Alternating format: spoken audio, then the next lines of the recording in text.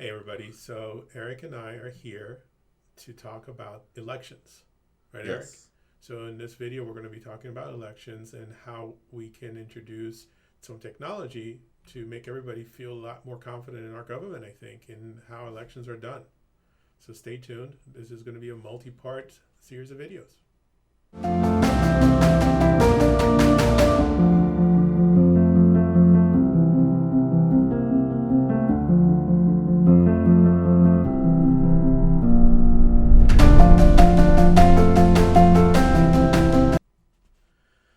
All right. So, Eric, we're here to talk about elections. Yes. Elections. Everybody's talking about elections everywhere. Yeah. Why? Who cares? What does it matter? Uh. I mean, seriously. I mean, at the end of the day, Why does it matter? at the end of the day, we still can go to 7-Eleven. We can still get KFC. Maybe. KFC. I'm kind of hungry. But yeah, let's talk about this whole thing that you came up with. This is somewhat a place that you like with the distributed computing Yeah. and blockchain. So we were looking at the other day the whole election process, and we were like, wow, this would be an opportunity for the first time in history. Technology's there, where this would be an opportunity to introduce technology to kind of squash all of these rumors, these whatever you want to say, and also kind of bring the country back together again, right? Yes. Because it takes away question. Coming from a country like where I come from, this whole turmoil, it's painful, because that's why those countries like Iran, like other countries, are a little bit not so nice to live in, because you're just never sure what the government's doing. So let's kind of get into it. This is the technology that we're going to be talking about, is the idea of how elections can be stabilized using distributed computing, blockchain, right, to create free, fair, and open elections. Yes? Yeah. So, just going over some of the things of the problems that we see is a lot of the concepts of freeness, fairness, transparency, and openness of these elections. And the going in depth with that a little bit, it's kind of in regards to fairness, the anonymity process, and whether or not you can reliably vote and have no repercussions in that process. Understand it, so it's not too techy. We always feel like we succeed because it makes it where somebody who's not uber technology oriented can get it and kind of go in there. So here's what we're going to be talking about. What we're going to be talking about is an overview of what is distributed computing, right, Eric? Yes. And then we're going to go and talk about the initial portion, which is identity, and that's going to be a little bit Controversial. Well, I don't know if it's controversial. It's more like, hey, kind of get your mind around this one. That's probably a harder one to discuss. And then the concept what we just talked about, the free, fair, and open. Okay. How do you make a election process free, fair, and open? And we are going to get into depth about high-level solution architecting. We're actually going to show you what we think, how we think, right, that we would build this software, Yes. the technology, because it is software at the end of the day.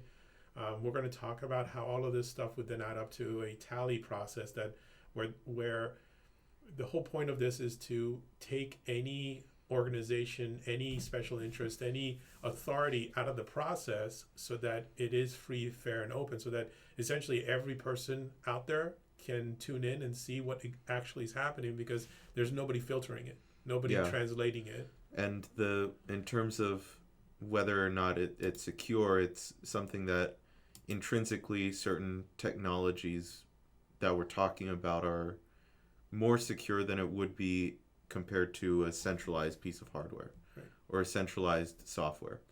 Right, and towards the last video, we'll actually review this whole thing and kind of give you guys a summary, so that maybe you can skip to that last video and not have to watch all these other videos.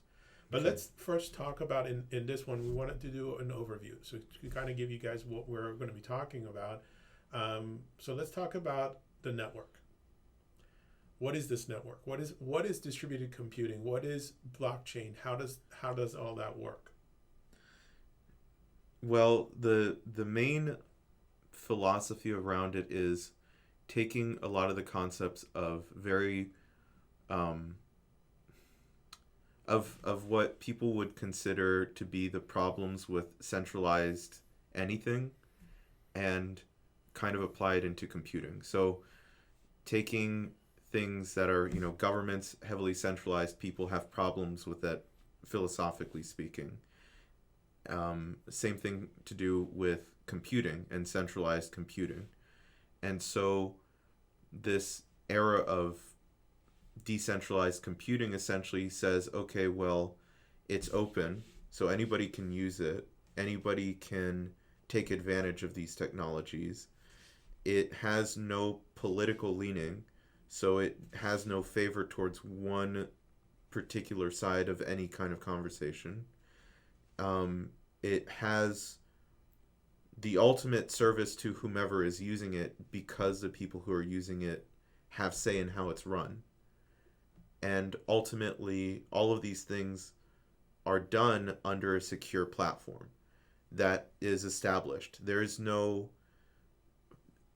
heterogeneous system in the chain of this platform. So everybody is formalized in how they communicate with each other.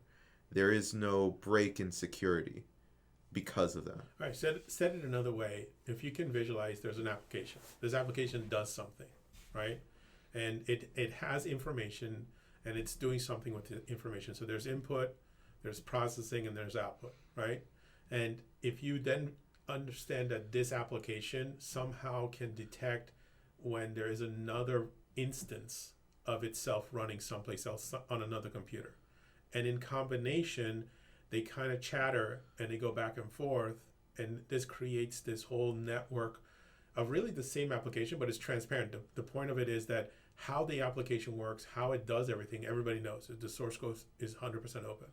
And essentially, in very simple, very, very non-technical ways, that's essentially it, right? So imagine if everybody opened up the same document in Word and everybody was working in the same document, everybody could see what everybody else was doing. Yes. And essentially, that's kind of what this means. So that means that if somebody's doing something malicious, everybody else can see who it is and who's Yes. doing it. The trick to this, though, the caveat to this is that identity is somewhat hidden. This goes towards the concept of free and fair, because just because you're doing something doesn't mean that you're necessarily going to be gone after, because nobody really knows who you are per se directly. Well, there is the concept of identity is there is no such thing, but that's a different conversation. Right. So the thing is, We're going to get into that. yeah, we're going to get into that later. So here's what we're going to be talking about. The key components to all of this stuff is freeness.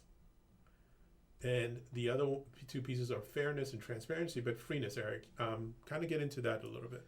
Yeah, so a lot of things that people really put their finger on in terms of how other elections are done in different countries and point to them and say they're not free is because for whatever reason, if you support somebody or something or some party, you are privileged in some way by doing such a thing. What you're saying is that if for example, I'm in a third world country and I'm voting, and Yes. because the government is somewhat devious about this, they can see who I voted for, and if I didn't vote for the guy in power or the gal in power, Yeah. then they can come after me and kind of make my life more difficult or less difficult. Yes. Or, having a culture of compliance where there is a discrimination based off of who you voted for. Correct. So the other way around. Right. And so that on top of the knowledge of it being free is what makes it free.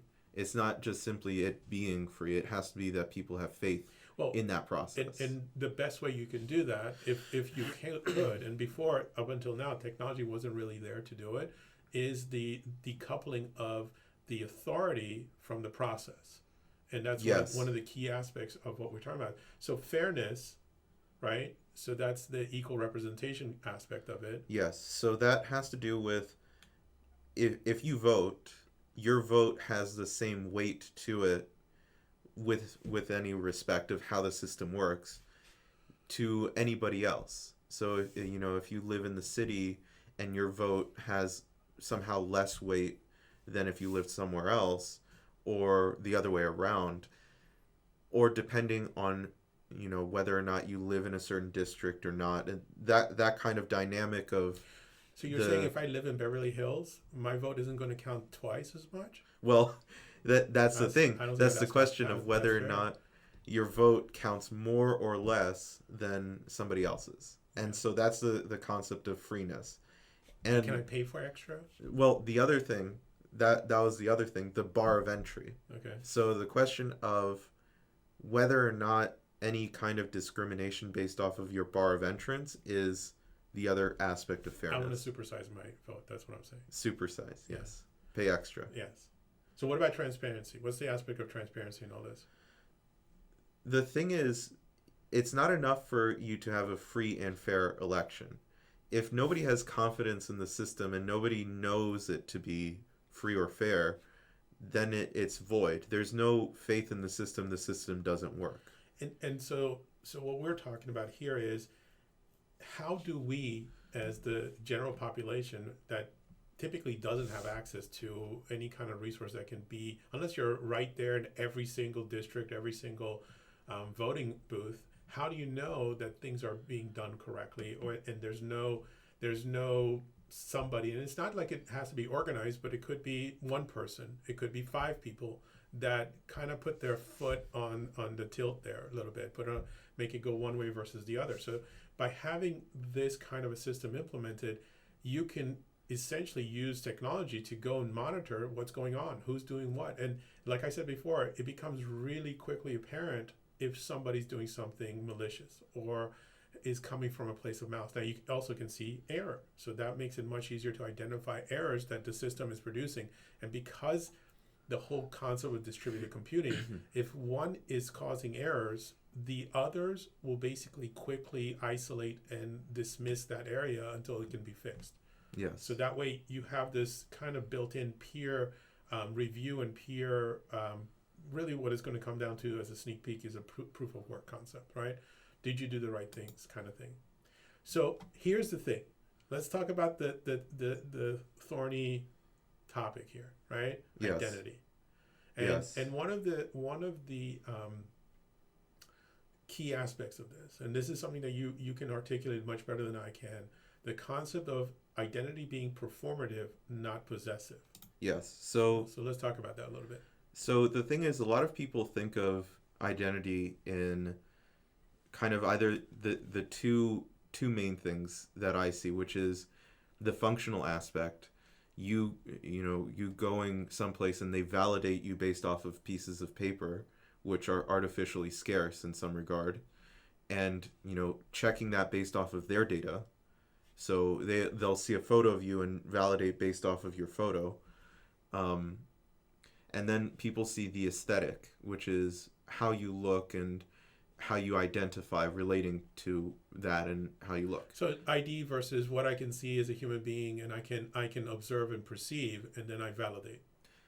Or it Yes. could be an authority that's doing it. Yeah, well, so identity right now is actually relating to show me your papas. Well, yeah, it's relating exactly to authority or institutions. Yeah. So it's like Google or these different companies and how you relate to them. So whatever your identity is, which relates to them. So what is the distinction between performative and possessive? What's So- the difference? So the thing is with identity is that in order to be validated for what you are relative to them, because that's what it is, you need to perform out the ritual that demonstrates that you are this person, either showing an artificially scarce piece of paper or in one way or another demonstrating physically that you are who you are.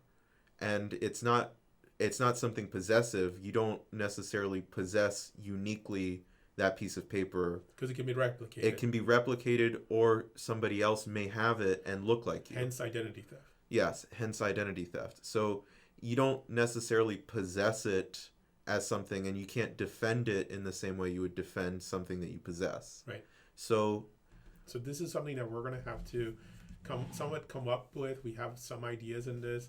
but the idea is to transform identity into something that is so closely tied to the individual that it's not something that can be replicated. So we actually make it as scarce as that individual with the identity. But we're not going to get too far into that because that's a pretty big rabbit hole. But just understand in our context, what we're talking about doing is transforming identity.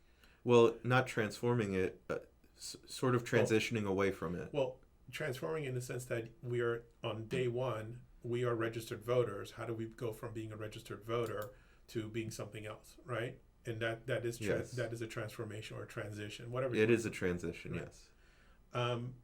And we've kind of talked about in more depth about this whole identity. So the exchange process, the way we visualize as a high level overview of what will happen is you have to go today and register to vote, especially for the presidential elections or for whatever party you're going to be going after.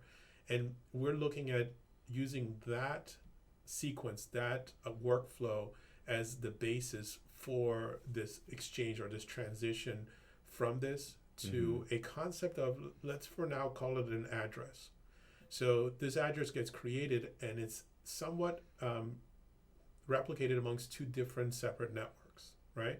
So the two separate networks that we're talking about, we're calling it public open and private closed. The private closed is the authority. That network is independent of the public that is going to do the free and fair process of capturing the election and doing other things beyond that. But speak to that a little bit, Eric. Well, so the two systems, it's going to be essentially twin networks. These twin networks are almost acting as a popular network and the central network. The central network almost operates as the bureaucratic ledger of all bureaucratic processes. What it's doing is it's capturing any interaction with the individual, but in a particular way where it's not tied to the superficial aspects of the individual, the fact that they show you something that is artificially scarce or their physical appearance. It's tying it to their interaction with their network and the closed network. So that process is done through a script that both people can see, and they essentially understand what's going on. Yes. So with that said, I think we're at the end of our session for this one. We're going to continue and go into deeper dive into each one of these individual components. But thank you for staying tuned. Thank you for watching. Thank you for listening.